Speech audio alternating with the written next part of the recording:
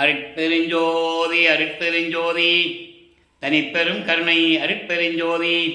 எல்லா உயிர்களும் இன்புற்று வாழ்க, வள்ளல் மலரடி வாழ்க வாழ்க, கொல்லா விரதம் குவளை எல்லாம் ஓங்குக, நல்லோர் நினைத்த நலம் பெறுக, நன்றி நினைத்த எல்லோரும் வாழ்க இசைந்து. உலக மக்களே, அறிவார்ந்த அன்பர்களே, ஆண்மநேய ஒருமைப்பாடுடைய அன்பர்களே, அருட்பெருஞ்சோதி ஆண்டவருடைய திருவிளையாடல்களை பார்த்து கொண்டிருக்கிறோம்.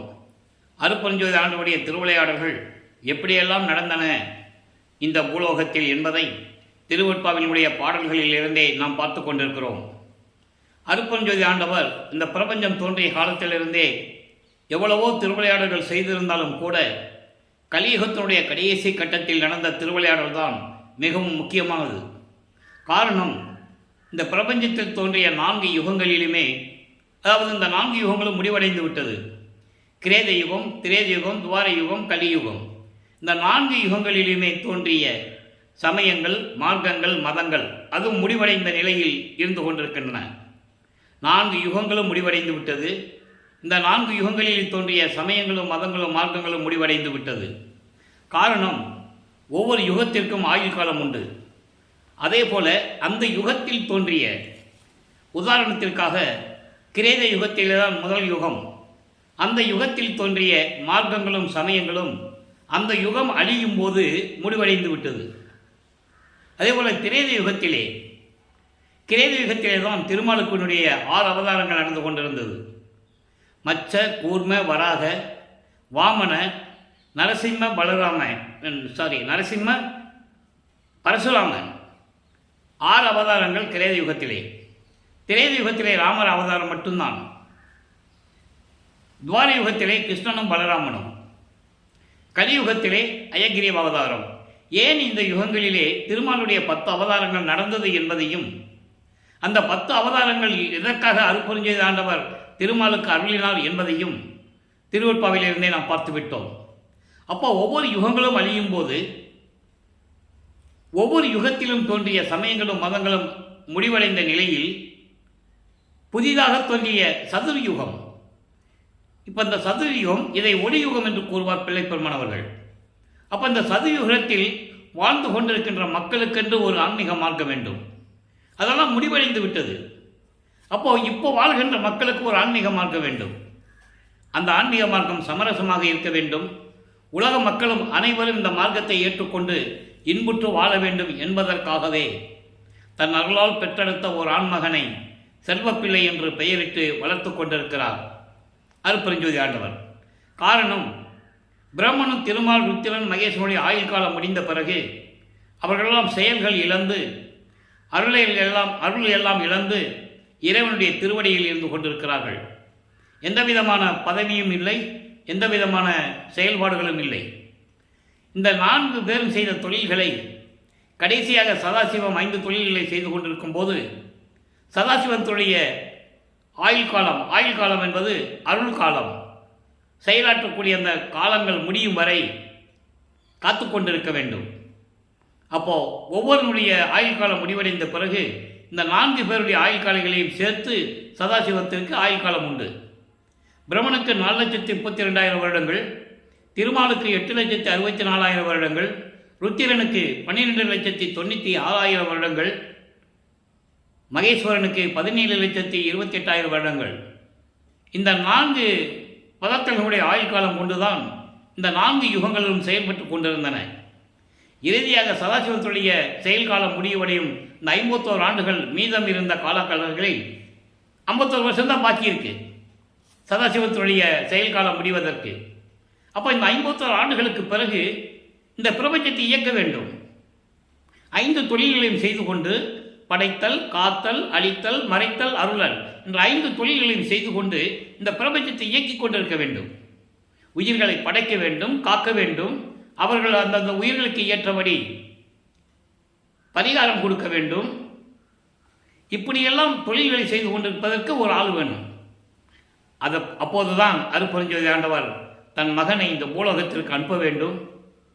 தனது மகனை இறைவன் நினைத்திருந்தால் எப்படி வேணாலும் வரவழைத்திருக்கலாம். உதாரணமாக, ஒரு காரியத்திற்காக முருகன் நெற்றிக்கண்ணிலிருந்து சிவபெருமான் கொண்டு வந்தார். இது எல்லாருக்குமே தெரியும். அது சமயங்களை சார்ந்தது, ஒவ்வொரு சமயத்தினுடைய தலைவர்களை சார்ந்தது. சைவ சமயத்தின் தலைவன் சிவபெருமான், அவனுக்கு பல பெயர்கள் உண்டு. சிவபெருமான், நடராஜன், சொக்கநாதன், பல பெயர்கள் உண்டு. அதே போன்று வைஷ்ணவ சமயத்தின் தலைவன் திருமால், அவனுக்கும் பல பெயர்கள் உண்டு, கணக்கில் அடங்காது. கௌபாரம் சமயத்தின் தலைவன் முருகன், காணாபத்தியன் சமயத்தின் தலைவன் விநாயகன். இப்படி ஒவ்வொரு சமயத்துக்கும் ஒரு தலைவன் உண்டு. அவர்களுக்கு ஏற்றபடி ஆலயங்கள் உண்டு, அதற்கேற்றபடி வழிமுறைகள் உண்டு, வழிபாட்டு முறைகள் உண்டு. ஒவ்வொரு சமய தலைவனுக்கு நடக்கிற வழிபாடு இன்னொரு சமய தலைவனுக்கு நடக்காது. இந்த நிலைகள் மாற வேண்டும். சமயங்கள், மதங்கள், மார்க்கங்கள் இல்லாத ஒரு மார்க்கம் வேண்டும். அதுதான் சுத்த சன்மார்க்கம். ஆக அருட்பெருஞ்சாண்டவர் சுத்த சன்மார்க்கத்தை உருவாக்கி அதை தன் மகன் கையில் கொடுத்து இந்த பூலோகத்திற்கு வருவிக்க செய்து உலக மக்களை எல்லாம் சுத்த சன்மார்க்கத்தில் இணைத்து உலக மக்கள் எல்லாம் இன்புற்று வாழ வேண்டும் என்பதற்காகவே தனது மகனை கலியுகத்துடைய கடைசி காலகட்டத்தில், அதாவது 5/10/1823 தனது மகனை சிதம்பரம் அருகில் உள்ள மருதூர் என்ற கிராமத்தில் வசித்துக் கொண்டிருந்த சைவ குலத்தில் இருந்து கொண்டிருந்த ராமையா பிள்ளை சின்னையம்மை அவர்களுடைய இல்லற வாழ்க்கையில் மகனாக வருவிக்க உற்றார். நல்லா கவனிக்கணும். பிறந்தவர்கள் வேறு, அவதரித்தவர்கள் வேறு, வருவிக்க உற்றவர் என்பது இறைவன் தனது காரியத்தை நிறைவேற்றுவதற்காக ஒரு மகனை ஒரு தாயின் வழியாக இந்த பூலோக்கு வருவிக்க செய்வது வருவிக்க உற்றது. வருவிக்க உற்றவருக்கு பிறப்பு இறப்பு இல்லை. அவர் இறைவன் அருளால் இறைவனுடைய மகனாகவே வருவிக்க உற்றவர் என்பதை இங்கு நான் பதிவு செய்ய கடமைப்பட்டிருக்கிறேன். ஆக இந்த நிலையில் தனது மகனை ஒரு தாயின் கருவறையிலே இருக்க செய்து, கருவறையிலே தன் மகன் இருக்கும்போது அங்கே என்ன திருவிளையாடல் நடந்தது என்பதை எல்லாம் நாம் பார்த்து விட்டோம். மகன் கருவறையில் இருக்கும்போது, தந்தையே கருவறை இருட்டாக இருக்கிறதே, இருட்டறையில் கொண்டு வந்து சிறை செய்து விட்டாயே என்று கூறும்போது தன் மகனுக்கு ஒளி காட்டியதையும் வெளிச்சத்தை காட்டுகிறார். மகன் பயப்படுறார். இருட்டை பார்த்து அப்பா கிட்ட சொல்றாரு, அப்பா வெளிச்சம் காட்டுகிறார். இதெல்லாம் கருவறையிலே நடக்குது. தன் மகன் பசி என்று கூறும்போது அருளமுதம் ஊட்டியது, காற்று வரவில்லையே, உடம்பு புழுக்கமாக இருக்கிறது என்று கூறும்போது அமுதக்காற்று, தென்றல் காற்று வீசியது. இந்த நிகழ்ச்சிகள் எல்லாம் இறைவனுடைய திருவிளையாடல் எப்படி நடந்தது என்பதை நாம் ஏற்கனவே விளக்கமாக பாடல்களின் மூலமாக நாம் பார்த்து விட்டோம். அதன் பிறகு தாயின் கருவறையிலே 10 மாதம் இருந்து வெளியே இந்த மண்ணுலகை தொடும்போது, கருவறையிலிருந்து வெளியே வரும்போது வானவர்கள் எல்லாம் எப்படி வாழ்த்தி வரவேற்றார்கள் நமது குழந்தை இறைவனை என்பதையும் பாடல்களின் மூலமாக பார்த்து விட்டோம். அதன் பிறகு இந்த 1823 தொடங்கிய திருவிளையாடல் 30/1/1874 இரவு 12 மணி வரையிலும் நடக்குது. அப்போ அந்த 51 ஆண்டு திருவிளையாடல்களை 8 ஆண்டுகளாக பிரித்து தனது மகனுக்கு அருளை கொடுத்து கொண்டிருக்கிறார் அருட்பெருஞ்சோதி ஆண்டவர். அந்த நிலையை பார்த்து கொண்டிருக்கிறோம். சமயங்களும் மதங்களும் மார்க்கங்களும் சூழ்ந்திருந்த காலகட்டங்களில் தனது மகனை எப்படியெல்லாம் சமயங்களிலும் மதங்களிலும் மார்க்கம் இருக்க வைத்து திருவிளையாடல் செய்தார் என்பதை 1ஆம் திருமுறையிலிருந்து 6ஆம் திருமுறை வரைக்கும் ஒவ்வொரு பதிகத்திலிருந்தும் ஒவ்வொரு பாடல்களிலிருந்தும் விளக்கத்தை பார்த்து கொண்டிருக்கிறோம். அந்த வகையிலே நமது குழந்தை இறைவன் பிள்ளைப்பெருமான் அவர்கள் இந்த மண்ணுலகிற்கு வந்த பிறகு 5 மாத காலம் இடைவெளியில் குழந்தையெல்லாம் கூட்டிகிட்டு சிதம்பரத்திலே இருக்கின்ற நடராஜன் கோயிலுக்கு ஏதோ திருவிழா நடக்குது, கூட்டு போகிறாங்க. அங்கே தனது மகனுக்கு திருவிளையாடல் செய்து அருட்பெருஞ்சாண்டவர் தனது உருவத்தை வெளியாக காட்டுகிறார். அதை பாடலிலே குறிப்பிட்டிருப்பார். தில்லை தலைத்தலையை திரை தூக்க தரிசித்த போது மெய்வகை மேல் காட்டாதே எந்தனக்கே வெளியாய் காட்டிய மெய்புறவா மெய்ப்பொருளே என்று கூறுவார். மெய்வகை மேல் காட்டாதே என்பது ஆடை ஆபரணங்கள்லாம் அணியாமல் பட்டாடை அணிந்து நகைகளை போட்டுக்கிட்டு கையில் ஆடாயுதம் வச்சுட்டு சூலாயுதம் வச்சுட்டு ஆயுதத்தை வச்சுட்டு இல்லாமல் தனது மகனுக்கு வெளியாக காட்டுகிறார் அருட்பெருஞ்சோதி ஆண்டவர், இறைவனுடைய உண்மையான சுயரூபம். அந்த நிலையில் இருக்கும்போது தந்தை எப்படி வந்து திருவிளையாடல் செய்தார் என்பதை பாடல்களின் மூலமாக விளக்கியதை நாம் தெளிவாக பார்த்து விட்டோம். நல்லா கவனிக்கணும். வல்லபெருமானவர்கள் இறைவனால் வருவிக்க உற்றவர் இப்போ இந்த நிலையில் இருந்து கொண்டிருக்கிறார். அதன் பிறகு அதாவது இறைவனுடைய திருவிளையாடல் சொல்லும்போது ஒரு கதை, முன்கதை சுருக்கத்தை சொல்லிதானே அடுத்த எபிசோடுக்கு நம்ம போக முடியும். அப்போ ராமையா பிள்ளை அவர்களும் ராமையா பிள்ளை அவர்கள் காலமான பிறகு சின்னையம்மையார் அவர்கள் குழந்தைகளை அழைச்சிக்கிட்டு, ஏற்கனவே உலகியலில் பிறந்த குழந்தைகள் 4 பேர் அவங்களுக்கு. 2 ஆண் 2 பெண்ணு. இவர் வருவிக்க உற்றவர், இறைவனால் வருவிக்க உற்ற குழந்தை. அவங்களுக்கு தெரியாது. 5 குழந்தைகளையும் அடித்துக்கொண்டு பொன்னேரி அருகில் இருக்கிற சின்ன கவனம் என்ற ஒரு கிராமத்துக்கு அழைத்து செல்கிறார்கள். அங்கே இருக்க முடியவில்லை. அதன் பிறகு சென்னையிலே ஏழுகிணர் பகுதியிலே வீரசாமி முதலியார் தெரு என்ற இடத்திலே வந்து குடியேறுகிறார்கள். நமது குழந்தை இறைவன் வளர்ந்து கொண்டிருக்கிறார். பள்ளியில் சேர்க்கணும், கொண்டு போய் சேர்க்குறாங்க. படிக்க முடியாதுன்னு வந்துட்டார். ஏன் படிக்க முடியலன்னு வந்தார்? அவருக்கு தெரியாது. இறைவன் திருவிளையாடல் செய்து அவருக்கு தெரியாது. அதை பின்னாளில் கூறுவார். நான் எந்த ஆசிரியரிடம் கல்வி கற்கக்கூடாது என்றும் யாரையும் நான் குருவாக ஏற்றுக்கொள்ளக்கூடாது என்றும் எனது தந்தை திருவிளையாடல் செய்தார் என்பதை பின்னாளில் கூறுவார். அந்த விளக்கத்தையும் நம்ம பார்த்துட்டோம். அருப்பஞ்சாண்ட நினைக்கிறாரு, தன் பிள்ளை எந்த ஆசிரியர்கிட்ட போய் கல்வி கற்கக்கூடாது, யாரையும் குருவாக ஏற்றுக்கொள்ளக்கூடாது. ஏனென்றால் அவருடைய மகன் அல்லவா. அந்த நிலையில் அவர் பள்ளியில் படிக்க முடியாது வந்துட்டார். அதன் பிறகு அந்த வீட்டில் குடும்பத்தில் எப்படி சூழ்நிலைகள் உருவாகியிருக்கும் உங்களுக்கு தெரியும்.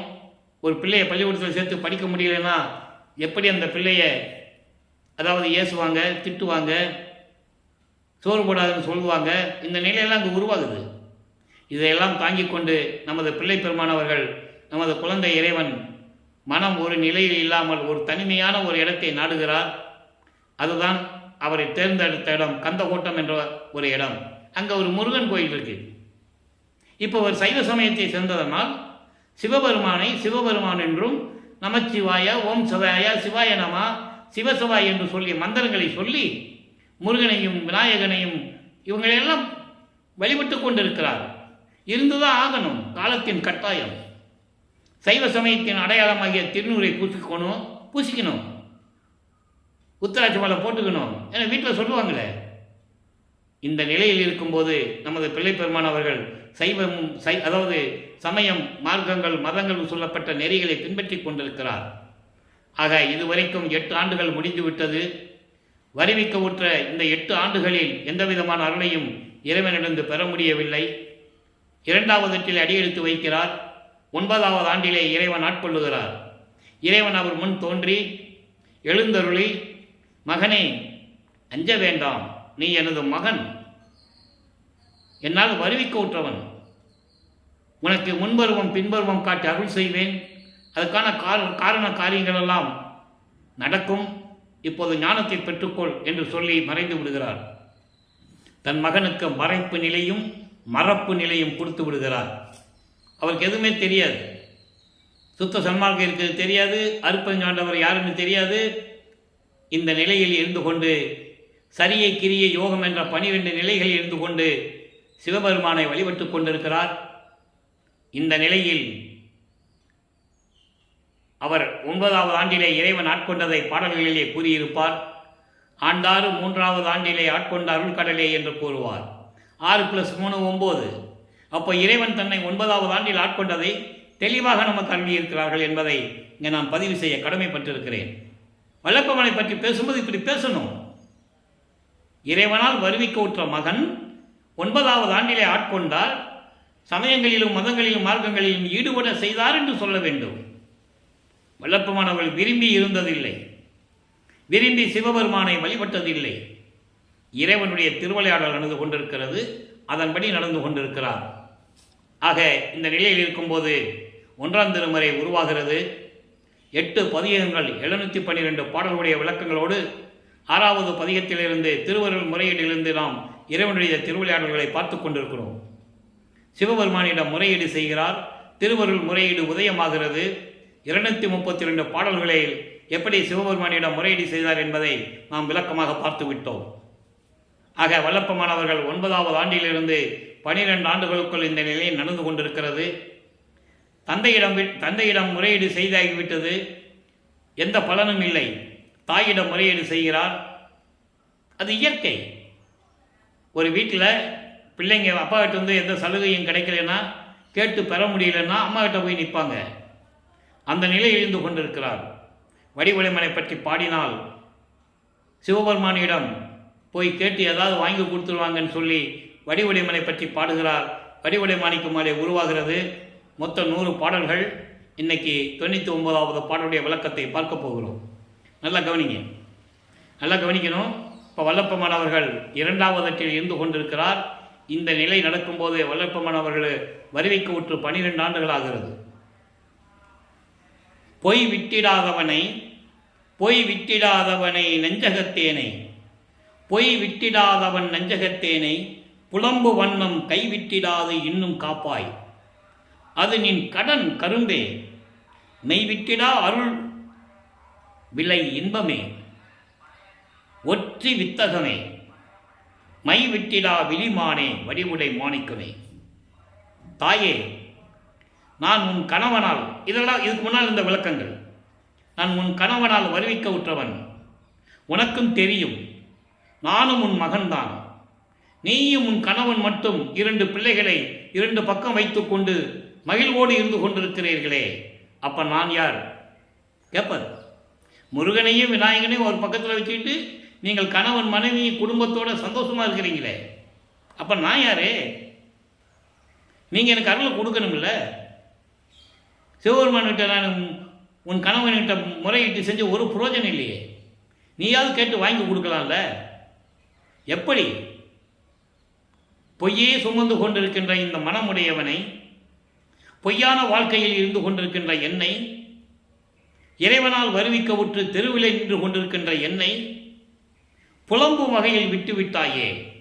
இனிமேல் நீ அந்த செய்யக்கூடாது. நான் புலம்பு வகையில், நான் துன்பப்படுகின்ற வகையில் இனிமேலாவது நீ என்னை கைவிடக்கூடாது. அதான் சொல்றாரு, இன்னும் காப்பாய். இனிமேலாவது, இதுவரையில் சரி, இப்ப நான் உங்ககிட்ட கெஞ்சுறேன், இனிமாவது நீ கொடுக்கணுமே. கைவிட்டடாது இன்னும் காப்பாய். இன்னும் கைவிடாத அளவுக்கு, நான் புலம்பாத அளவுக்கு, துன்பப்படாத அளவுக்கு, துயரப்படாத அளவுக்கு எனக்கு நீ அருள வேண்டும். இது உன் கடமை.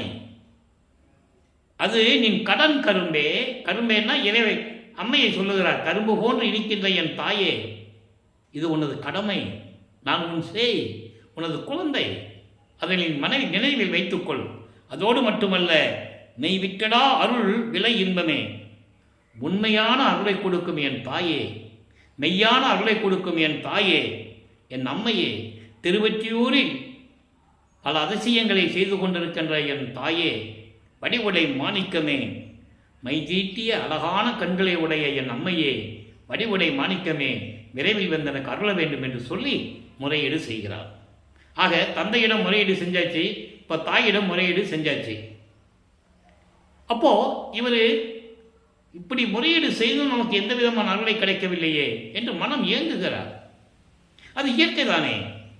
இறைவனுடைய மகன் தெரிஞ்சு போச்சு, 8 ஆண்டுகள் வரைக்கும் தெரியாது.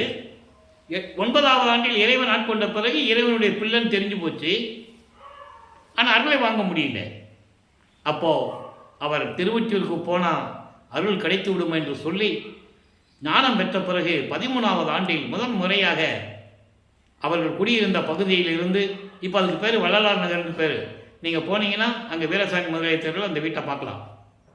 இறைவன் உலகியலிலே நமது இறைவன் இருந்த இடம், தோன்றும் துணையாக இருந்த இடம், அற்புதமான ஒரு இடம் அது. ஏனென்றால் 32 ஆண்டுகள் வரைக்கும் அந்த வீட்டில் இருந்திருக்கிறார். நல்லா புரிஞ்சுக்கணும். ஆக 13வது ஆண்டில் திருவொற்றியூருக்கு வருகிறார். அங்கே தியாகராஜனை பற்றி பாடுகிறார். 2ஆம் திருமுறை உருவாகிறது. 117 பதியங்கள், 1207 பாடல்கள். இதுவரைக்கும் 29 பதியங்களை என்னுடைய விளக்கங்களை பார்த்து விட்டோம். அதனுடைய ஒரு சுருக்கம்.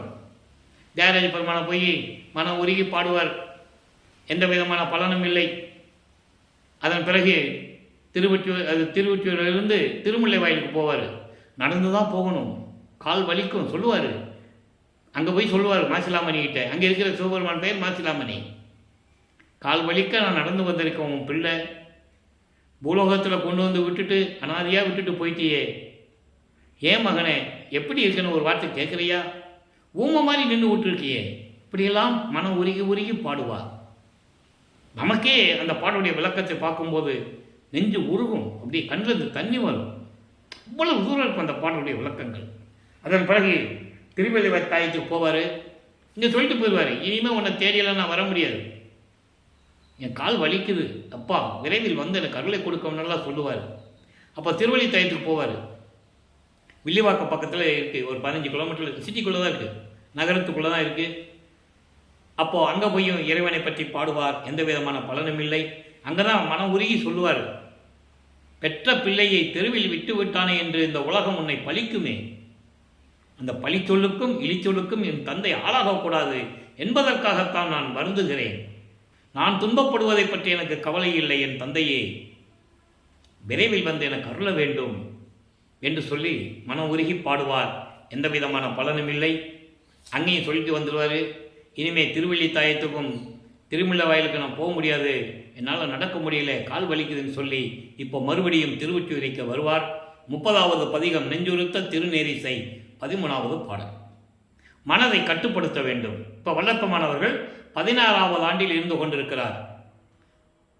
நல்லா வாலிபம். 16வது ஆண்டு இருக்கும்போது 16 வயசில் உலகில் இருக்கிற ஆம்பளை பசங்க அவங்க மனநிலை எப்படி இருக்கணும்னு நமக்கு தெரியும். அது இயற்கையாகவே நடக்கிறது. மனம் அலைபாயும். இப்படி இருந்தால் நல்லா இருக்குமோ, அப்படி இருந்தால் நல்லா இருக்குமோ, எண்ணங்கள் ஓடும் இல்லை. அந்த நிலையில் இருக்கும்போது மனதிடம் சொல்லுகிறார், நல்ல கவனிங்க, மனதை ஒரு நிலைப்படுத்துகிறார். அதான் இதனுடைய கான்செப்ட். பாங்குடையால் மெய்யில் பழித்த திருநூர் அணியா தீங்குடையார் தீமனையில் சொல்லாதே. மனமிடம் சொல்லுகிறார், ஓங்குடையால் உற்று அமர்ந்த பாகத்து எம் ஒற்றியப்பன் பொன்னருளை பெற்று அமர்தி நெஞ்சே பெரிது. இது பாடல். மனமே, என் மனமே, மனம் அலைபாய்கிறது அல்லவா? நீ பல எண்ணங்களை நீ நினைத்து கொண்டிருக்கிறாய். திருவொற்றியூரில் இருக்கின்ற எனது அப்பன் இறைவனை நினைத்துக்கொள், நாம் எல்லாரையும் பெற்றுவிடலாம். அதாவது பாங்குடையார் மெய்யில் பழித்த, அதாவது இறைவனுடைய அருளை பெற்றவர்கள், சைவ சமயத்தில் இருக்கின்றவர்கள், அடியார்கள் உடம்பெல்லாம் திருநீர் பூசிக்கொண்டு இறைவனை வணங்கிக் கொண்டிருப்பார்கள். அவர்களிடம் செல். தீங்குடையார் தீய மனையில் செல்லாதே. வஞ்சகத்தை சுமந்து கொண்டு தீய செயல்களை செய்து கொண்டிருக்கின்றவர்களுடைய வீட்டினுடைய வாசலில் போய் நிற்காதே. திருவொற்றியூரில் இருக்கின்ற என் அப்பன் திருவொற்றியூரில் இருக்கின்றானே, எப்படி? இடது பக்கத்திலே உமையாலை வைத்துக்கொண்டு அருளோடு விளங்கி கொண்டிருக்கின்ற ஒற்றியூரில் இருக்கின்ற திருவொற்றியூரில் இருக்கின்ற சிவபெருமானை, என் அப்பனை அருளை பெற்று அமைதியோடு நாம் இருக்கலாம். அதுவே நமது கடமை. பெரிதுன்னு சொல்றாரு, அதுதான் சிறந்தது, சிறப்பு வாய்ந்தது. மனம் அலைபாய்வதை விட இப்படி சென்று மனதை ஒருநிலைப்படுத்தி நாம் இருக்க வேண்டும் என்று சொல்லி இந்த நிலையை கூறுகிறார். அப்போ சைவ நெறியில் எப்படி அவர் வழிநடத்தினார் என்பதை நாம் இந்த பாடலின் மூலமாக பார்த்து கொண்டிருக்கிறோம். இதன் பிறகு இப்போ 16 ஆண்டுகள் வரைக்கும் இறைவனுடைய அருளை பெற முடியவில்லை, கிடைக்கல. ஏனென்றால் இறைவனுடைய திருவிளையாடல் நடந்து கொண்டிருக்கிறது, இன்னும் ஆண்டுகள் இருக்கிறது. இப்போ 3வது எட்டில் அடி எடுத்து வைக்கிறார், 3/24. அப்போது 17வது ஆண்டிலிருந்து 24 ஆண்டுகளுக்குள், அந்த 8 ஆண்டுகளுக்குள் என்ன நடந்தது என்பதை 3ஆம் திருமுறை உருவாகிறது. 3ஆம் திருமுறையில் இருக்கின்ற 19 பதியங்களில் இருந்தும் 235 பாடலுடைய விளக்கங்களை முழுமையாக பார்த்து விட்டோம். அதனுடைய ஒரு சுருக்கம். இப்போ காட்சிகள் மாறுகிறது. இப்போ தியாகராஜ பெருமானங்க கோயிலில் இவர் நிற்கும்போது தெருவில் நின்று தான் பார்த்துட்டு இருப்பார். அப்போ சுற்றி இருக்கிற மக்கள்லாம் பார்த்துக்கிட்டு இருப்பாங்கல்ல, வருஷக்கணக்கில் வந்து இந்த பையன் ராமலிங்கம் வந்து நிற்கிறாப்பிலேயே அப்படி பார்ப்பாங்கல்ல. அப்போது இப்போ இவருக்கு மட்டும் இறைவன் காட்சி கொடுக்கிறார். மனித கண்களுக்கு தெரியாது, நல்லா கவனிக்கணும். இப்போ இவருக்கு காட்சி கொடுக்கிறார், மறைந்து விடுகிறார். காட்சி கொடுக்கிறார், மறைந்து விடுகிறார். இந்த நிலை தொடர்ந்து கொண்டு இருக்கிறது. அப்போ இவர் என்ன பண்ணுறாரு, மனசில் ஒரு ஏக்கம் இருக்குல்ல, நம்ம போனாலும் என்னன்னு பேசுறது இல்லை, இப்போ காட்சி கொடுக்கிறாரும் பேசுறது இல்லை. அப்போ தன்னுடைய மனதில் இருக்கின்ற ஏக்கங்களை, அந்த பரிதவிப்பை நாரையிடமும் கிளிகளிடமும் தூது அனுப்பி இறைவனிடம் போய் சொல்லுங்கன்னு சொல்லுவார். எப்படி தூது அனுப்புவார் என்ற விளக்கத்தையும் நம்ம பார்த்துட்டோம். தன்னை ஒரு பெண்ணாக உருவகப்படுத்தி, அதாவது தலைவியாக உருவப்படுத்தி, இறைவனை தலைவனாக உருவகப்படுத்தி நாரையிடம் சொல்லுவார், நாரையே, எனது தலைவன் என்னை இந்த பூலோகத்தில் வருவிக்கை செய்துவிட்டு அருளை கொடுக்காமல் மறைந்து கொண்டிருக்கிறார். நான் போய் நின்னாலும் எனக்கு காட்சி கொடுத்து விட்டு எந்த விதமான அருளை கொடுப்பதில்லை, என்னிடம் பேசுவதில்லை. அதனால் நீங்கள் தியாகராஜ பெருமான்கிட்ட போய் நாரையை நீ போய் என்ன சொல்கிறேன்னா, உன்னையே நினச்சிட்டு இருக்கிறாப்புல என்னுடைய தலைவி எப்படி சொல்கிறார் பாருங்க. அருமையாக இருக்கும் அந்த பாடல்கள் எல்லாம். மனம் அப்படியே நெகிழும், உருகும். அப்படிப்பட்ட பாடல்கள் நீங்கள் போய் சொல்லு நாரையே. தூங்குறதில்லை, சாப்பிட்றதில்லை, குளிக்கிறதில்லை, கூந்தல் சீவி பூ சூடுறதில்லை, பாய் போட்டு படுக்கிறதில்லை. இப்படியெல்லாம் அந்த நாரையிடம் சொல்லி அனுப்புவார். போன நாரை திரும்பி வராது. எப்படி வரும்? இறைவனுடைய திருவிளையாடல் நடக்குதுல்ல. அப்போது ஒரு நாரையை தானே அனுப்பணும், வரல. கிளிகளை ஒரு கூட்டமாக அனுப்பலாம். ஏதாவது ஒரு கிளி வந்து திரும்பி வந்து பதில் சொல்லுமில்ல, அதில் கிளிகளை கூட்டமாக அனுப்புவார். அந்த மனநிலையில் இருக்கும்போது அந்த பாடல்களை அருளியது நமக்கு கொடுத்த பெரிய பாக்கியம். இதெல்லாம் உலக மக்களிடம் சொல்ல வேண்டும். இப்படியெல்லாம் இறைவனுடைய திருவிளையாடல் நடந்தது என்று மக்களுக்கு விலக்கி சொல்ல வேண்டும். அப்போதான் வள்ளற்பெருமானுடைய அருள் தன்மை, அந்த அருள் பாங்கு ஏன் இந்த உலகத்துக்கு வருவிக்க விட்டார் என்ற நிலை மக்களுக்கு தெரிய வேண்டும். ஏன் சமயங்களில் இருந்தார், ஏன் சிவபெருமான வழிபாட்டார், இந்த விளக்கங்களை மக்களுக்கு சொன்னாலும் புரியும். அப்போ இந்த நிலையில் இருக்கும்போது கிளிகளும் பதில் வராது. அப்போது உலகையில் இருப்பது போல ஒரு குறைத்தி பெண்ணிடம் போய் குறி கேட்கிறது. நம்ம உலகையில் அப்படி தானே செய்வோம். மனநிலை சரியில்லை, இல்லை பிள்ளைகளுக்கு ஒரு கல்யாணம் பண்ணணும், ஏதாவது ஒன்று நல்ல காரியம் நடக்கணும், இல்லை கர்ம வினைகள் நீக்கணும்னா என்ன பண்ணுவாங்க? குறி கேட்பாங்க, ஜோசியம் கேட்பாங்க, பரிகாரம் ஏதாவது செய்யலாமே அப்படின்லாம் போவாங்கல்ல. அந்த நிலையில் இவர் குறைத்தி பெண்ணிடம் போய் குறி கேட்க போவார். அங்கேயும் பதில் இல்லை. சோழி உருண்டாதானே குறி சொல்கிறதுக்கு. பிறகு ஒரு ஜோசியர்கிட்ட போய் ஜோதிடம் நாடல் என்ற பதிகத்திலே ஒரு ஜோசியர்கிட்ட போய் கேட்பார். ஒரு விஷயம் தெரியாது. ஆக இந்த நிலையில் இருக்கும்போது திருவிழா வீதி வரும், பவனி வரும், தேரில் வச்சு கொண்டு வருவாங்க. இப்படியெல்லாம் நடக்கும், ஒரு விஷயம் நடக்காது. அந்த நிலையில் கடைசி பதிகம் 19வது பதிகத்திலே இது கடையில் நிறைய விளக்கங்கள் இருக்குது. நம்ம சுருக்கமாக சொல்லிக்கிட்டு இருக்கோம், ஏன்னா அடுத்த பகுதிக்கு நம்ம போகணும். அப்போ இந்த நிலையில் இருக்கும்போது சிவபெருமான் இவரை பார்த்து எப்படி தெருவழியாக ஓடுறாரு. பயந்துட்டு ஓடலை, அது நீங்கள் நல்லா புரிஞ்சுக்கணும்.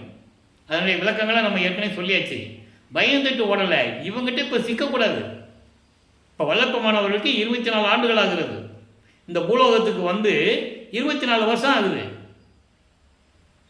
இன்னும் 27 வருஷம் பாக்கி இருக்கு. அப்போ இப்போ மாட்டோம்னா நம்ம சிக்கலில் மாட்டிக்குவோம், நம்மளை விட மாட்டான். அதனால் இவங்ககிட்ட மாட்டக்கூடாதுன்னு சொல்லி இவர் ஓடிடுவார் சிவபெருமான். இவர் பின்னாலே ஓடுவார், ஆனால் ஓட்டத்தை பிடிக்க முடியாது. அப்போ அங்கே இருக்கிறவங்க பார்ப்பாங்கல்ல, என்ன ராமலிங்கம் இன்றைக்கி என்ன வித்தியாசமாக நடக்குது, என்னமோ ஓடுற, நாங்கள் தினமும் பார்த்துட்ருக்கோம், தெருவழியாக ஓடிக்கிட்டு இருக்க அப்படின்னு சொல்லும்போது சிவபெருமானை பிடிக்க போனேன், ஓட்டத்தை பிடிக்க முடியலைன்னு சொல்லுவார். அப்போது அவங்க சொல்லுவாங்கல்ல, என்ன ராமலிங்கம் இதெல்லாம் நடக்கிற காரியமா கலியுகத்தில். அப்போது 1847வது ஆண்டு இந்த நிகழ்வு நடக்கிறது. வல்லப்பெருமானுக்கு 24வது ஆண்டு, 24 வருஷம் ஆகுது இந்த பூலோகத்துக்கு வந்து. 1847 இந்த நிகழ்ச்சி திருவொற்றியூரில் நடக்குது. அப்போ இந்த நிலையில் இருக்கும்போது அவங்க கேட்பாங்கல்ல, ஏன்பா கலியுகத்தில் இதெல்லாம் நடக்கிற காரியமா? கலியுகம் 1900 ஆண்டுகளிலே முடிவடைகிறது. அதை தெளிவாக சொல்லிட்டார் வல்லப்பெருமான்.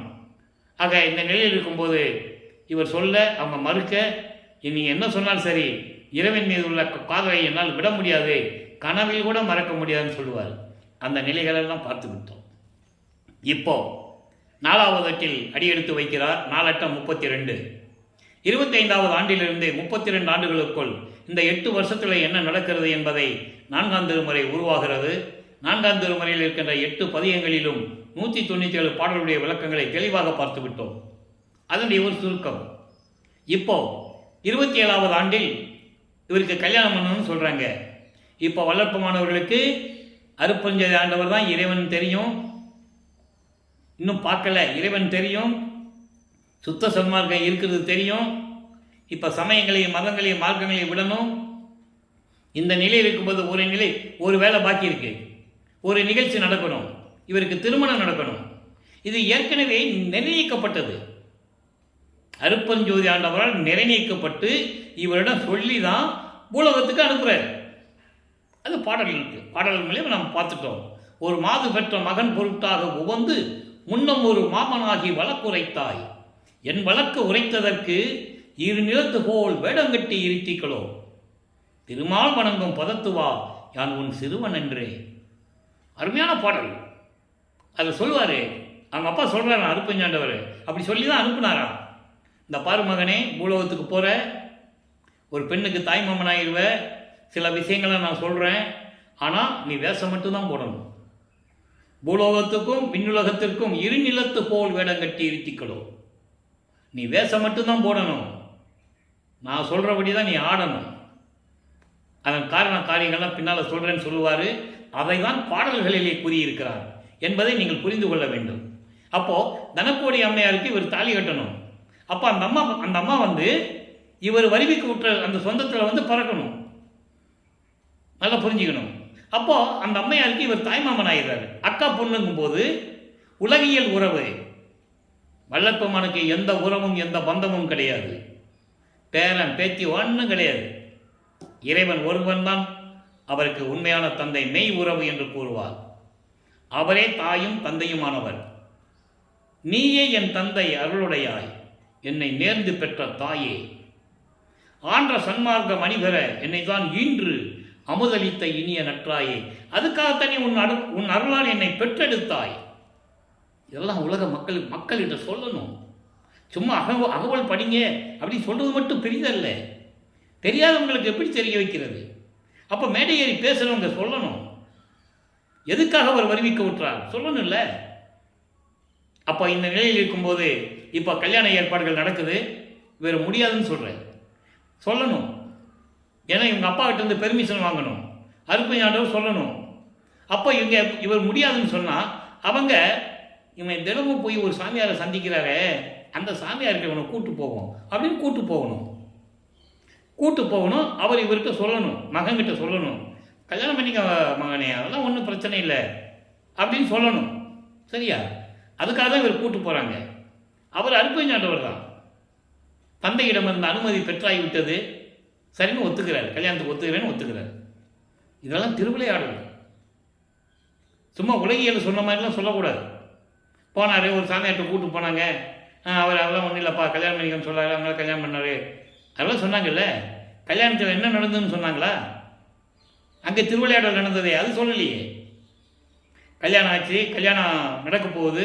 அந்த திருமண விழாவிலே எல்லாம் உட்கார்ந்துருக்காங்க. பிரம்மன், திருமால் போன்ற வானவர்களும் பதத்தலைவர்களும் தேவர்களும் ரிஷிகளும் முனிவர்களும் மணமக்களை வாழ்த்துவதற்காக அங்கே உட்கார்ந்துருக்காங்க. பாட்டில் அற்பகாச மாலையில் இருக்கிறத தெளிவாக பார்த்துட்டோம். அப்போ மனிதர் கண்களுக்கு தெரியாது. சினிமாவில் பார்த்துருப்பீங்க, தேவர்கள் வானத்தில் வர்றது, பறந்து வர்றது, திடீர்னு பூலோகத்தில் வந்து நிற்கிறது, பூ போடுறது, அதெல்லாம் நீங்கள் பார்த்துருப்பீங்கல்ல. அந்த மாதிரி தான் நடக்குது. ஆக அங்கே தேடுறாரு, அப்பாவும் அம்மாவும் வரலையேன்னு. அப்பா என்பது அருப்பெருஞ்சோதி ஆண்டவரும் தாய் சிவகாமி வள்ளியும் வரலன்னு சொல்லி இவர் கண்கள் தேடுது, இல்லை அவங்க. அப்போ அவர் மனது எவ்வளவு புண்பட்டது, எப்படி அவர் மனசு குலுங்கி அழுதார் என்பதை பாடலிலே கூறியதை நாம் பார்த்து விட்டோம். அதன் பிறகு தன் மகனை வாழ்த்துவதற்காக 2 குதிரை மாட்டின தேரில் வந்து எப்படி வாழ்த்திட்டு போனார் என்பதையும் பார்த்துட்டோம். பாடல்கள் இருக்கிறது, விளக்கம் இருக்கிறது. ஆக இந்த நிலையில், திருமணம் முடிந்த நிலையில் உலகப்பற்றை விட வேண்டும். நல்லா புரிஞ்சுக்கணும். சமய மத மார்க்கம் சொல்லப்பட்ட நெறிகளை விட்டாச்சு, உலக பற்றுகளை விட்டாச்சு, பந்தங்களை விட்டாச்சு, திருநீர் பூசுவதை நிறுத்தியாச்சு. நல்லா கவனிக்கணும். நீங்கள் அதெல்லாம் பூசலாம், அதெல்லாம் ஒன்றும் இல்லை. சுத்த சன்மார்க்கத்தில் அதெல்லாம் கிடையாது, அதெல்லாம் பூசிக்கலாம். வள்ளலார் சொல்லலை. யார் சொல்கிறது? சமயங்களிலும் மதங்களிலும் மார்களில் பற்று கொண்டவர்கள் சுத்த சன்மார்க்கத்தினுடைய உண்மைகளை உலக மக்களுக்கு தெரியப்படுத்தக்கூடாது என்று கங்கணம் கட்டி கொண்டிருக்கிறார்கள் என்பதை இங்கே நான் பதிவு செய்ய கடமைப்பட்டிருக்கிறேன். அவங்க அப்பாவே சொல்கிறாரு, இது வரைக்கும் நீ இருந்தது எனது திருவிளையாடல் மகனே, இனிமேல் அது தேவையில்லை உனக்கு. ஏனென்றால் உன் தேகமே சுத்த தேகம், பிரண தேகம், ஞான தேகம் கொண்டது. இப்படி அருளையெல்லாம் கொடுத்து விடுகிறார். தத்துவங்களை எப்படி ஜெயிக்கிறது, ஐம்புலன்களை எப்படி ஆளுவது, மரணமில்லா பெருவாழ்வென்றால் என்றால் என்ன, தத்துவ சித்தி என்ன, அண்டங்களை எப்படி கடப்பது, எல்லா சக்திகளையும் கொடுத்து விட்டார் மகனுக்கு. அதை பாடலின் மூலமாக பார்த்து விட்டோம். எப்படி இவர் கதவை சாத்தி உட்கார்ந்துட்டார், உள்ள வெள்ளை அடை அணிந்து முக்காடு போட்டு கதவை சாத்தி தாப்பா போட்டு உள்ள உட்கார்ந்துட்டார், எங்கேயும் போக முடியாது. அப்போ மகனுடைய கோபத்தை கண்டு இறைவன் அருட்பெருஞ்சோதி ஆண்டவர் எப்படி தெருவிலே நடந்து வந்து தன் அருளால் தெருக்கதவை திறந்து ஒரு காலை உள்ள வச்சு ஒரு காலையை வெளியே வச்சு எப்படி மகனை கூப்பிட்டு அருளை கொடுத்தார் என்பதை விளக்கமாக 100 பாடல்கள் இருக்கின்ற விளக்கங்களை முழுமையாக பார்த்து விட்டோம். எவ்வளோ அற்புதமான பாடல்கள் தெரியுமா? ஏன் ஒரு கால் உள்ள வச்சு ஒரு கால் வெளியே வச்சாரு, அதுக்கும் விளக்கம் சொல்லியாச்சு. உள்ளே போனார்னா இவன் பூட்டிக்குவான், திருப்பி நம்ம வெளியே போக முடியாது. இப்போ 32 வருஷம் தான் ஆகுது, நீ 19 வருஷம் இருக்கு, அதனால் உள்ளே போகக்கூடாதுன்னு சொல்லி அவர் வெளியே கூப்பிட்டு அருளை கொடுத்துட்டு போகிறாரு. இப்போ எல்லா அருளையும் வாங்கியாச்சு, ஏமசித்தியை வாங்கியாச்சு. ஏமசித்தி என்பது பொன் செய்கின்ற வித்தை மட்டுமல்ல, நல்லா புரிஞ்சுக்கணும். பொன் செய்கின்ற வித்தையும் கூட, அதோடு அது மட்டுமல்ல, எல்லா சக்திகளையும் அடங்கியது. பறக்கும் சக்தி, ஒரே நேரத்தில் பல உருவங்களிலே பல இடங்களிலே இருப்பது. எந்த உருவத்தில் வருவார், எந்த உருவத்தில் வேணாலும் வருவார், உருவமாகவும் அருவமாகவும் எப்படி வேணாலும் இருப்பார் வள்ளல் பெருமான். அந்த சக்தியெல்லாம் வாங்கியாச்சு. இப்போ சுத்த சன்மார்க்கத்தை வாங்கணும், சாகா கல்வியை அப்பா கிட்ட இருந்து கற்றுக்கணும். அப்போ இவர் சுத்த சிவஞான வெளிக்கு பறந்து போகணும். பறந்து செல்லுகிறார். பாடல்களில் இருக்கின்ற விளக்கங்களை தெளிவாக பார்த்து விட்டோம். உதாரணத்துக்கு நிறைய பாடல்கள் உண்டு. உதாரணத்துக்கு அருட்பெருஞ்சோதி அட்டகத்திலே 7வது பாடலிலே கூறுவார், தத்துவங்களை தனித்தனியாக கடந்தேன். தத்துவங்கள் என்பது 36 தத்துவங்கள். அதற்கு உட்கருவிகள் 60 உண்டு, அதுக்கு பேர் தத்துவிகள். ஆக மொத்தம் 96 அங்கலம் என்று கூறுவார். அருட்பெருஞ்சோதி அகவலில் வரும். ஆக 36 + 60. இந்த 36 தத்துவங்கள் என்பது ஆன்ம தத்துவம் 24, அதான் பிரம்ம தத்துவம் அவனுக்கு உரியது.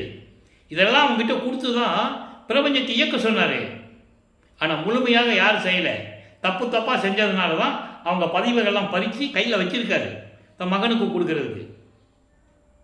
அவங்கெல்லாம் பதவி இழந்திருக்கிறாங்க. இப்போ வித்யா தத்துவம் 7, அது திருமாலுக்கு உரியது. காலம், நியதி, கலை, வித்தை, அராகம், புருடன் என்ற 7 தத்துவங்கள். ஈஸ்வர தத்துவம், சிவ தத்துவம் என்று கூறுவார் 5. விந்து, நாதம், சுத்த வித்தை, ஈஸ்வரம், சதாக்கியம். இந்த 36 தத்துவங்கள் பிரம்மனுக்கு உரியது. பூதங்கள் 5, நிலம், நீர், நெருப்பு, காற்று, ஆகாயம். புலன்கள் 5, ஒளி, சுவை, உணர்வு, நாற்றம். பொறிகள் 5, கண், காது, வாக்கு, வாய், மெய்ன்னு சொல்லுவார். கர்மேந்திரியங்கள் 5, கை, கால், வாக்கு, அபானம், குறி. அந்த கரணங்கள் 4. இப்படி 36 தத்துவங்கள். மொத்தம் டோட்டலாக 24 ஆன்ம தத்துவம், 7 வித்யா தத்துவம், அது திருமாலுக்குரியது. ருத்திரனுக்குரியது 5 தத்துவம், 36 தத்துவங்கள். இப்படி தத்துவங்களை கடந்து சென்றேன்ட்டார். ஆக எல்லா தத்துவங்களையும் ஒட்டுமொத்தமாக கடந்து போறாரு. தத்துவாதீத நிலையில் சித்தியல் முழுதும் தெரிந்தேன்.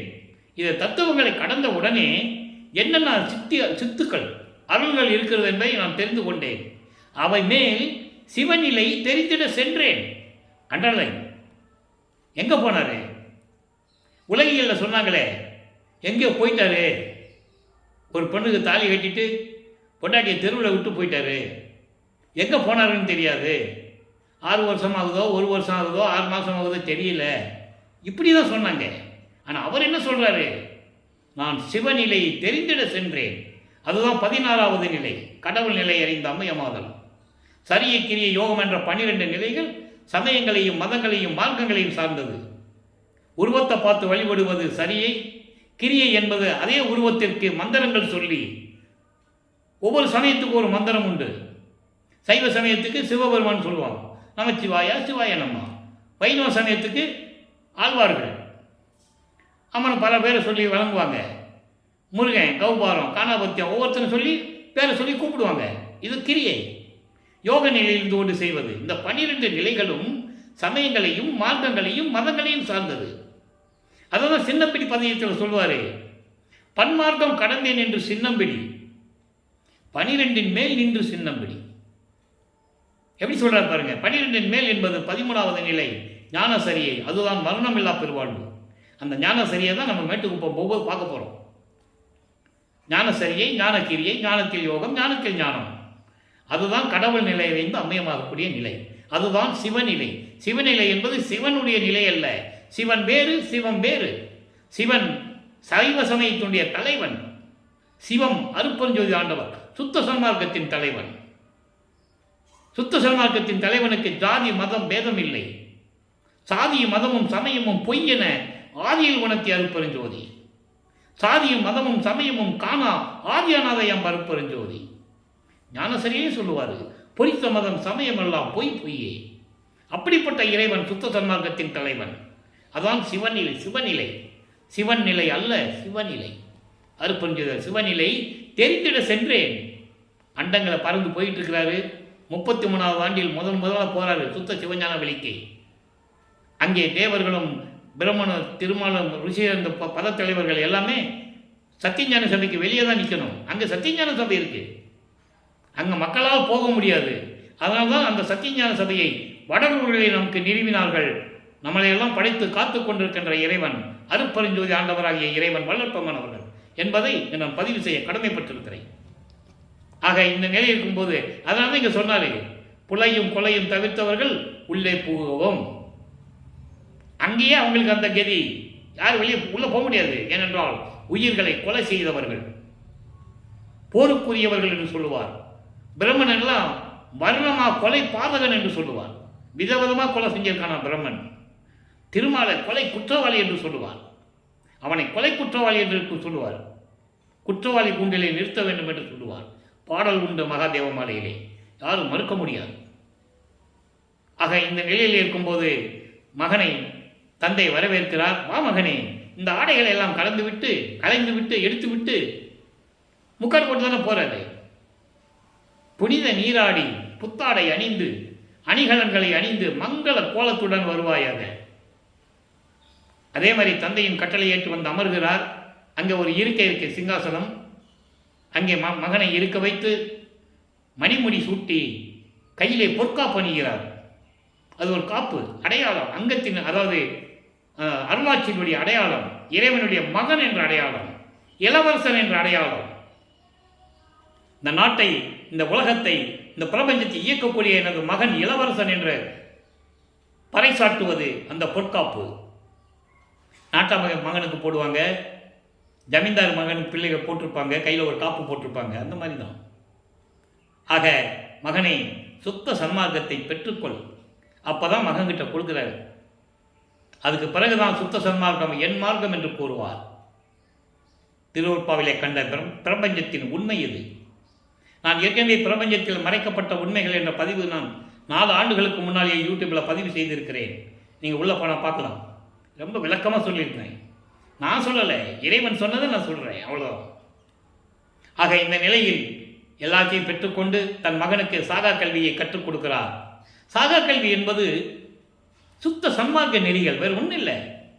சுத்த சன்மார்க்கனுடைய ஞானம், சுத்த சன்மார்க்க நெறியினுடைய ஞானம், மெஞ்ஞானம், அதான் சாகா கல்வி. அப்போ சுத்த சன்மார்க்க நெறிகளை கடைபிடிக்க வேண்டும், அதான் சாகா கல்வி. இந்த நிலையில் கற்றுக் கொடுக்கும் போது பிரமனும் திருமாலும் அந்த 5 பத தலைவர்களும் தேவர்களும் தேவ கூட்டத்தை சேர்ந்த 18 கூட்ட தலைவர்களும் நவநிலை தலைவர்களும் பிரம்மாக்களும் ரிஷிகளும் எப்படியெல்லாம் கோபமாக ஏக்கத்துடன் பார்த்து கொண்டிருந்தார்கள் என்பதை மெய்யர்கள் வியப்பினுடைய பாடல்களின் மூலமாக நாம் தெளிவாக பார்த்து விட்டோம். அதன் பிறகு இப்போ 5 எட்டுகளை முடிச்சாச்சு. 33வது ஆண்டிலிருந்து 40 ஆண்டுகளுக்குள் என்ன நடந்ததெல்லாம் நம்ம பார்த்தாச்சு. 41வது ஆண்டிலிருந்து 48 ஆண்டுகளுக்குள் என்ன நடந்தது என்பதை தான் இப்போ லைவாக பார்த்துட்டு இருக்கோம். நேராக பூலோகத்தில் வந்து எழுந்தருளுகிறார். கருங்குழியிலே உறைவிடமாக கொண்டுள்ளார். 9 ஆண்டுகள் அங்கே இருக்கிறாரு. ஏன், எப்படி அங்கே கருங்குழிக்கு வந்தார், எதுக்காக வந்தார், எப்படி வந்தார் என்ற விளக்கங்களை எல்லாம் நம்ம தெளிவாக சொல்லிட்டோம். இறைவனுடைய திருவிளையாடல் என்பதை இப்போ நம்ம சுருக்கமாக சொல்லிக்கலாம், தவறு இல்லை. இறைவனுடைய திருவிளையாடல் அது, அவ்வளோதான். நிறைவேற்றப்பட்டது, இங்கே தான் இருக்கணும், அப்பனும் மகனும் சேர்ந்து நிறைவேற்றப்பட்டது. அப்போ அந்த இடத்திற்கு அந்த 9 ஆண்டுகள் கழித்து தான் இருந்த இடத்திற்கு தண்ணீரால் விலக்கரித்த இல்லம் என்ற ஒரு பெயரை ஏற்படுத்திவிட்டு வல்லப்பெருமான் அவர்கள் இங்கே வடலூருக்கு வர வேண்டும், ஜீவகாருண்ய ஒழுக்கம் உருவாக வேண்டும். ஜீவகாருண்ய ஒழுக்கம் உருவாக வேண்டும் என்றால் ஒரு தர்மசாலை வேண்டும். அப்போ தந்தையும் மகனும் கலந்து ஆலோசித்து, அருப்பஞாண்டவரும் வல்லப்பெருமானவர்களும் பிள்ளை பெருமானவர்களும் கலந்து ஆலோசித்து இந்த இடத்தை தேர்வு செய்து கொள் என்று இறைவன் மகனிடம் சுட்டி காட்டுகிறார். பாடல் உண்டு, விளக்கங்கள் உண்டு. அதே போல சித்தி வளாகத்தை எப்படி சுட்டி காட்டுகிறார், விளக்கங்கள் உண்டு. அதை நம்ம பார்க்க போகிறோம். அப்போ இந்த நிலையில் இருக்கும்போது பார்வதிபுரம் மக்களிடம் ஏற்கனவே நமது பிள்ளை பெருமானவர்கள் பேசியபடி ஊர் மக்களிடம் வந்து கேட்டு, ஐயா இந்த இடத்த கொஞ்சம் கொடுங்களேன், ஒரு தர்மசாலையை நிறுவனம், பசியாத்தணும் மக்களுக்குன்னு சொல்லும்போது மனம் உவந்து மகிழ்ச்சியோடு கொடுக்கிறார்கள். அந்த இடத்தை பெற்றுக்கொண்டு ஒரே நாளிலே 23/5/1867 ஆண்டு தர்மசாலையை நிறுவி அன்றே உணவை சமைத்து அணைய அடுப்பை மூட்டி உணவை சமைத்து பசியோடு வருகின்றவர்களுக்கு நமது பிள்ளை பெருமானவர்கள் நம்மளையெல்லாம் படைத்து காத்து கொண்டிருக்கின்ற இறைவன் அருட்பெருஞ்சோதி ஆண்டவராகிய வல்லப்பெருமானவர்கள் பசியாற்றி கொண்டிருக்கிறார், பசியை போக்கிக் கொண்டிருக்கிறார். காரணம், ஜீவகாருண்ய ஒழுக்கத்தினுடைய தலையாய நெறி பசியை நீக்குவது. பசி, பிணி, தாகம், இச்சை, எளிமை, பயம், கொலை, 7 பிரிவுகள் உண்டு. அதனுடைய விளக்கங்கள் நம்ம பின்னாலே பார்க்க போகிறோம். இப்போ தர்மசாலை நீவியாச்சு, ஜீவகாருண்ய ஒழுக்கம் சிறந்து விளங்கி சிறந்தோங்கி கொண்டிருக்கிறது. அங்கே பிணியையும் போக்கிக் கொண்டிருக்கிறார், பசியையும் போக்கிக் கொண்டிருக்கிறார். அந்த ஜீவகாருண்ய ஒழுக்கத்தில் இருக்கின்ற 7 வகையான பிரிவுகளையும் வல்லப்பெருமானவர்கள் செய்து கொண்டிருக்கிறார்கள் தர்மசாலையிலே அமர்ந்து கொண்டு. அதன் பிறகு 1869 ஆண்டு நீதிமன்றத்திலே, கடலூரிலே மஞ்சக்குப்பம் என்ற இடத்தில் இருக்கின்ற நீதிமன்றத்திலே ஆறுமுக நாவலார் என்ற ஒரு புலவர் வழக்கு தொடர்கிறார். காரணம், அவர் சமயங்களையும் மதங்களையும் மார்க்கங்களையும் ஜாதிகள் மேல் பற்று கொண்டவர், சைவ சமயத்தின் மீது பற்று கொண்டவர், சமய மார்க்கங்களின் மீது பற்று கொண்டவர். வல்லப்பெருமானவர்கள் கூறிய கூற்றுகளை அவரால் ஏற்றுக்கொள்ள முடியவில்லை, அவரால் ஜீரணிக்க முடியவில்லை. எனவே இது மீது பற்று கொண்டவர்களெல்லாம் ஒன்று சேர்ந்து ஆதீனங்களும் மடாதிபதிகளும் எல்லாருமே சேர்ந்து ஒரு வழக்கை பதிவு செய்கிறார்கள். வழக்கினுடைய சாராம்சம், மைய கருத்து, வடலூரிலே ராமலிங்க பிள்ளை என்ற ஒருவர் சமயங்களையும் மதங்களையும் மார்க்கங்களையும் சாடிக்கொண்டு பாடல்களை ஏற்றிக்கொண்டு திருவற்பாய் என்று பெயரிட்டு அதை திருமுறைகள் என்று அழைத்துக் கொண்டிருக்கிறார். அது முற்றிலும் தவறு. எங்கள் மனம் புண்படுகிறது. நாங்கள் காலங்காலமாக சமயங்களை பின்பற்றி கொண்டிருக்கிறோம், ஜாதிகளை பின்பற்றி கொண்டிருக்கிறோம். அந்த நிலையில் இவர் கூறுவது எப்படி? அவர் எந்த கல்லூரியிலும் போய் இலக்கணம் இலக்கியம் கற்றுக்கொள்ளவில்லை. எப்படி சொல்றார் பாருங்க, கற்றுக்கொள்ளவில்லை, புலவர் பட்டம் பெறவில்லை. எப்படி அவர் சரியான முறையில் பாடல் ஏற்ற முடியும் என்று வழக்கு பதிவு செய்து விட்டார். வழக்கு விசாரணைக்கு வருகிறது, விசாரணை நடக்கிறது. வாதியிடம் முதலிலே விசாரணை நடக்கிறது, ஆறுமுக நாவலரிடம். விசாரணை முடிந்துவிட்டது. முத்துசாமி ஐயர் என்ற ஒரு வழக்கறிஞரை அவர் நியமித்திருக்கிறார். நமது பிள்ளை பெருமாளுக்கு எதுக்கு வழக்கு? அவர் கடவுளாச்சே. அப்போ எல்லாரையும் பெற்றுக்கொண்டிருந்தவர். பிரதிவாதி எங்கே என்று நீதிபதி பிரிட்டிஷ்கார் கேட்கிறாரு. பிரதிவாதி எங்கேன்னு கேட்கும்போது எழுந்தருள்கிறார் என்பது டக்கு நிற்பார். அப்படி நிற்கும்போது தான் 3 தடவை கூப்பிடுவாங்க. நீதிமன்றத்தில் ஒரு வழக்கம் உண்டு, பேர் சொல்லி கூப்பிடுவாங்க. அதே மாதிரி கூப்பிடுறாங்க, ராமலிங்க பிள்ளை கூப்பிடும்போது எழுந்தருள்கிறார். எல்லாரும் ஆச்சரியப்படுறாங்க, இது வரைக்கும் அவர் இங்கே இல்லையே, எப்படி வந்தார், எங்கே ஒளிஞ்சிக்கிட்டு இருந்தார், இப்படி தான் அவங்க நினைச்சாங்க. நல்லா புரிஞ்சுக்கணும், இவரை சாதாரண ஒரு மனிதன் என்றும் ஒரு சாமியார் துறவி என்று தான் நினைத்தார்களே தவிர, ஏன்னால் உடன் இருந்தவர்கள் அப்படிதான் சொன்னார்கள். அவர்கள் சுற்றி இருந்தவர்களும் சரி, நட்பு வட்டாரத்திலும் சரி, மாணாக்கர்களும் சரி, எல்லாமே அப்படிதான் சொன்னாங்க. ஆதாரம் இருக்கிறது. ஒரு மீது வேண்டுமென்று நாம் பேசுவதில்லை, ஆதாரத்தோடு நான் பேசிக் கொண்டிருக்கிறேன். ஆதாரம் கேட்டால் தர தயார், எல்லா விளக்கங்களும் உண்டு. ஆக இந்த நிலையில் கூட இருந்தவர்களும் இப்படியே சொன்னதனால் அதே மாதிரி சொல்லிட்டாங்க. அவருக்கு ஒன்றுமே தெரியாதுப்பா, முக்காடு போட்ட சாமியார் துறவி, ஏன் இப்பவும் சொல்லிக்கிட்டு இருக்காங்க, இப்பவும் அதான் சொல்லிக்கிட்டு இருக்காங்க. தவறு, அதெல்லாம் தவறு. திருமுறையை படிங்கள், திருவற்பாவை படிங்கள், விளக்கம் இருக்கு. ஆக எழுந்தருளும் போது உங்களுக்கு ஏதாவது வழக்கறிஞர் வேண்டுமானு இப்படி தான் விவாதம் அங்கே நடந்து இருக்கக்கூடும், நடந்திருக்கு. இது இறைவன் எனக்கு கொடுத்த விளக்கம். அவர் சொல்லுவார், இல்லை, இறைவன் சொன்னால் நான் எழுதினேன், நான் சொல்லுகின்ற வார்த்தையெல்லாம் நாயகன் தன் வார்த்தை, இறைவன் சொன்னால் நான் எழுதினேன் என்று நீதிபதிக்கு காட்சி கொடுக்கிறார். நீதிபதி எந்திரிச்சு நிற்கிறார். நீதிபதி எந்திரிச்சு நின்ன உடனே கூட இருந்தவங்க எந்திரிச்சு நின்று தான் ஆகணும், மற்றவங்க எந்திரிச்சு நிற்கிறாங்க. இதுதான் நடந்தது. எந்திரிச்சு நின்னா வழக்கு தள்ளுபடி ஆகாது, எந்த கோர்ட்டிலையும் ஆகாது. அது திரிக்கப்பட்ட உண்மைகள், திரிக்கப்பட்ட ஒரு செய்தி. எந்திரிச்சு நின்னாங்க, இவர் போன உடனே நீதிமன்றத்தில் எந்திரிச்சு நின்னாங்க, வழக்கு தள்ளுபடி ஆயிடுச்சு. அதெல்லாம் கிடையாது. விசாரணை நடக்காமல், நீதிபதி ஆராயாமல் எதுவுமே சொல்ல மாட்டார். எப்படி வழக்கு தள்ளுபடி ஆகும்? ஆக விசாரணை நடக்கிறது. அவர் உணர்கிறார், நீதிபதி இறைவனே வந்து விட்டார் என்று உணர்கிறார். எல்லா திருவிளையாடலையும் சொன்னாங்க. நீதிபதிக்கு காட்சி, கோர்ட்டில் போய் காட்சி கொடுத்தது சொன்னாங்கல்ல. நான் அடிக்கடி கூறுவதுண்டு, புராணங்களிலும் இருக்கு, உண்மைதானே. காஞ்சி காமாட்சி கோர்ட்டுக்கு போனது, சமயபுரம் மாரியம்மா கோர்ட்டுக்கு போனது, காளமாடு கோர்ட்டுக்கு போனது, சிவபெருமான வேறு உருவங்கள் எல்லாம் கோர்ட்டுக்கு போனது, எல்லாம் சொன்னாங்கல்ல. அதே மாதிரி இங்கே ஏன் சொல்லலை? விளப்பமான காட்சி கொடுத்தாரு, ஏன் சொல்லலை? அப்போ அவர் இறைவன் நிலையில் இருந்து கொண்டிருக்கிறார், எல்லா அருமையும் பெற்றவர். அப்பா இந்த நிலையில் இருக்கும்போது காட்சி கொடுத்த பிறகு இறைவனே வந்து சொல்லிவிட்டார் என்று அவர் உணர்கிறார் நீதிபதி. அப்போ திருவற்பாவை மறுப்பா என்று அறிவிக்க முடியாது என்று சொல்லி அந்த வழக்கை தள்ளுபடி செய்கிறார். மகத்தான தீர்வை பெற்றுக்கொண்டு நமது பிள்ளை பெருமானவர்கள் இங்கே தர்மசாலையிலே வந்து அமர்ந்திருக்கும் போது உத்தரஞான சிதம்பரம் மாலை உருவாகிறது, நடராஜபதி மாலை உருவாகிறது. ஏன் உருவாச்சு நடராஜபதி மாலை? அதுக்கான விளக்கங்கள் உண்டு. நடராஜனும் நடராஜபதியும் ஒன்று அல்ல, அருப்பஞ்சாண்டவரும் நடராஜபதியும் ஒன்று அல்ல, நடராஜனும் ஒன்றும் இல்லை. நடராஜன் வேறு, அவன் கர்ம சித்தன், சைவ சமயத்தை சேர்ந்தவன். அவனுடைய லிமிட் அவ்வளோதான் பண்ண முடியும். இப்போ நீங்கள் ஒன்றுன்னு சொன்னால் எல்லாரும் இப்போ ஒன்றுன்னு தான் சொல்லுவாங்க. அதெல்லாம் இல்லைப்பா, எல்லாம் ஒன்று தான்ப்பா, நடராஜன் சிவபெருமான அருப்பஞ்சாண்டவர்கள் ஒன்று தான்ப்பான்னு சொல்லுவாங்கல்ல. அப்படின்னா சிவாலயத்தில் போய் நீங்கள் மகாமந்திரம் சொல்ல முடியுமா? சிவசிவான் போட்டுக்கல, எடுத்துட்டு அருப்பெருஞ்சோதி தனிப்பெருங்கருணை அருப்பெருஞ்சோதி போட முடியுமா? நடராஜன் கோயிலில் போய் மகாமந்திரம் சொல்ல முடியுமா? இல்லை ஐயர் தீபார்த்தனை காட்டும்போது தீபார்த்தனை தொட்டு கும்பிடுறாங்கல்ல, அந்த நேரத்தில் போய் நீங்கள் அருப்பெருஞ்சோதி சொல்லி பாருங்களேன். எல்லாம் ஒன்றுன்னா அவன் ஒத்துக்கணும்ல. ஐயரு ஒத்துக்க மாட்டாங்க, இதெல்லாம் இங்கே சொல்லக்கூடாது, இதெல்லாம் சொல்லணும் நீ வடலூர் தான் போய் சொல்லணும்னா பெரியபடி ஒன்றாகும்.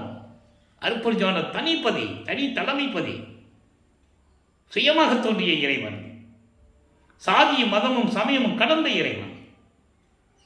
அந்த நிலையில் இருக்கும்போது இப்போ வல்லப்பமானவர்கள் உத்தரஞான சிதம்பரம் மாலையை எப்படி அந்த பாடலுடைய விளக்கம் வந்தது? நடராஜபதி மாலை தனி, அதாவது அருப்பெருஞ்சோதி தனி நடராஜபதி என்று கூறுவார். நடராஜன் அல்ல, நடராஜபதி, நடராஜனுக்கும் மேலே, எல்லாவற்றுக்கும் மேலானவன், தலைமை பெரும்பதி, தனித்த தலைமை பெரும்பதி என்று சொல்லுவார். இந்த விளக்கங்களை நம்ம பார்த்துட்டோம். இப்போ லைவில் பார்க்குறோம். இப்போ 118வது பதிகத்தில் இப்போ வல்லப்பமானவர்கள் 48வது ஆண்டில் இருந்து கொண்டிருக்கிறார். அதாவது இந்த பூலோகத்திற்கு ஒரு தாயின் வழியாக வருவிக்க விட்டு 48வது ஆண்டு. நல்லா புரிஞ்சுக்கணும் நீங்கள். இப்போ இந்த 48வது ஆண்டில் என்ன நடக்குது? 118வது பதிகத்தில் சிவ சிவ ஜோதி என்ற பதிகம். சிவ சிவ ஜோதி என்பது அருப்பெருஞ்சோதி. அருப்பெருஞ்சோதி 4வது பாடல். நல்லா கவனிக்கணும். இப்போ நம்ம சொன்னதை இந்த பாடலில் சொல்லுவார் பாருங்க. ஆதி ஈறு இல்லா முற்ஜோதி, ஆதி ஈறு இல்லாத முற்பெருஞ்சோதி, ஆதியும் அந்தமில்லா தோன்றிய சுயமாக தோன்றிய முதல் கடவுள் அருப்பெருஞ்சோதி. மக்கள்கிட்ட உலகம் 4 யுகங்களிலுமே சொல்லலை யாரும். ஆனால் புராணங்களில் ஒவ்வொரு சில இடங்களில் உண்டு. மகாபாரதத்திலும் உண்டு, கம்பராமாயணத்திலும் உண்டு. ஆனால் அது அருப்பெருஞ்சோதி ஆண்டவர் என்று யாரும் சொல்லவில்லை, சிவபெருமான் என்று சொன்னார்கள். அதை நீங்கள் புரிஞ்சுக்கணும். அப்போ ஏன் அருப்பெருஞ்சாண்டவரை மறைச்சாங்க? அங்கே சாதி மதம் சமயம் இடிக்குது அவங்களுக்கு, அந்த பற்றை அவங்களால் விட முடியல. அதனால் அருப்பெருஞ்சாண்டவரை மறைச்சாங்க. அந்த அருப்பெருஞ்சாண்டவரை சொல்றதுக்கு தான் இவர் வருவிக்க விட்டார் என்பதை நீங்கள் புரிந்து கொள்ள வேண்டும்.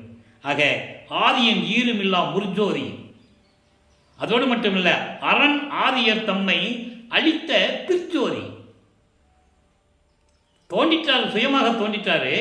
அதன் பிறகு அரண் என்பவன் ருத்திரன் முதலானவர்கள், யாரு? பிரம்ம, திருமாலு, ருத்திரன், மகேஸ்வரன், சதாசிவம், இந்திரன் போன்றவர்களை அழித்த பிரிச்சோதி. பிரிச்சோதி என்பது ஒரு அதிசயமான கடவுள், அருட்பெருஞ்சோதி ஆண்டவர். அவங்களெல்லாம் கொடுத்தது யாரு? அருட்பெருஞ்சோதி ஆண்டவர். அதான் நீங்க அகவல்ல படிச்சிருப்பீங்க.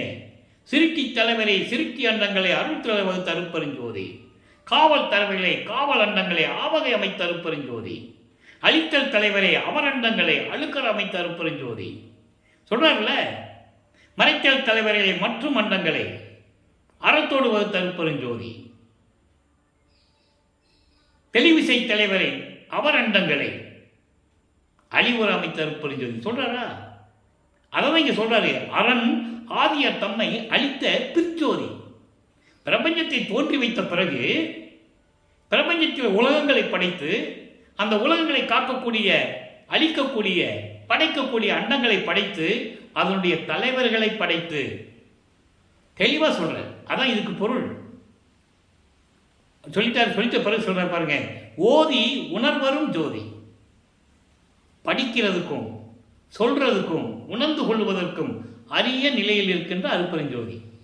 வானவர்களாக இருந்தாலும் சரி, தேவர்களாக இருந்தாலும் சரி, பிரம்மன், திருமால் போன்றவர்களாக இருந்தாலும் சரி, அவர்கள் கேட்பதற்கும் படிப்பதற்கும் உணர்ந்து கொள்வதற்கும் அரிய நிலையில் இருக்கின்ற ரிஷிகள், முனிவர்கள் யாராக இருந்தாலும் சரி, அப்படிப்பட்ட இறைவன் அருட்பெருஞ்சோதி. எல்லா உயிர்களின் உள்ளும் ஒளிர்கின்ற ஜோதி, எல்லா உயிர்களுடைய உள்ளத்தில் இருக்கின்ற அருட்பெருஞ்சோதி. அதான் சொல்லுவாரு, மூவரும் தேவரும் முத்தரும் சித்தரும் யாவரும் பெற்றிடாயில் என கழித்தனை. முடிஞ்சு போச்சா? இப்போ அனுபவ மாலையில 99வது பாடல் நெருங்கிட்டு இருக்கோம். நம்ம இந்த தர்மசாலையில் விட்டு பிள்ளை பெருமானவர்கள் மேட்டுக்குப்பம் போகணும், அந்த நிலையை நெருங்கிட்டு இருக்கோம். இப்போ 99வது பாடல் என்ன சொல்றாரு பாருங்க. அனுபவ மாலை தான் பெற்ற அனுபவங்கள், இறைவனிலிருந்து பெற்ற அனுபவங்களை உலக மக்களுக்கு சொல்லுகிறார். தன்னை மனைவியாகவும் இறைவனை கணவனாகவும் வர்ணனை செய்து, உள்ளத்தை தோழியாக வர்ணனை செய்து உலக மக்களுக்கு கன்வெர்ட் பண்றார். தாயினும் பேரருள் உடையார், தாயை விட பேரருள் மிக்கவன். என் உயிரில் கலந்த தனித்தலைவர், என் உயிரில் கலந்த தனி தலைவர் நான் செய்த பெரும் தவத்தாலே கிடைத்தது. பெரும் தவம் என்பது என்ன? சுத்த சன்மார்க்கத்தை பெற்றது. இந்த பூலோகத்துக்கு வருவிக்க விட்டு 32 ஆண்டுகள் வரைக்கும் எதுவுமே கிடைக்கல எனக்கு. சுத்த சன்மார்க்கத்தை பெற்ற பிறகு எனக்கு கிடைத்த இறைவன் அருட்பெருஞ்சோதி ஆண்டவர். நல்லா புரிஞ்சுக்கணும் நீங்க. அடுத்து சொல்ற பாருங்க.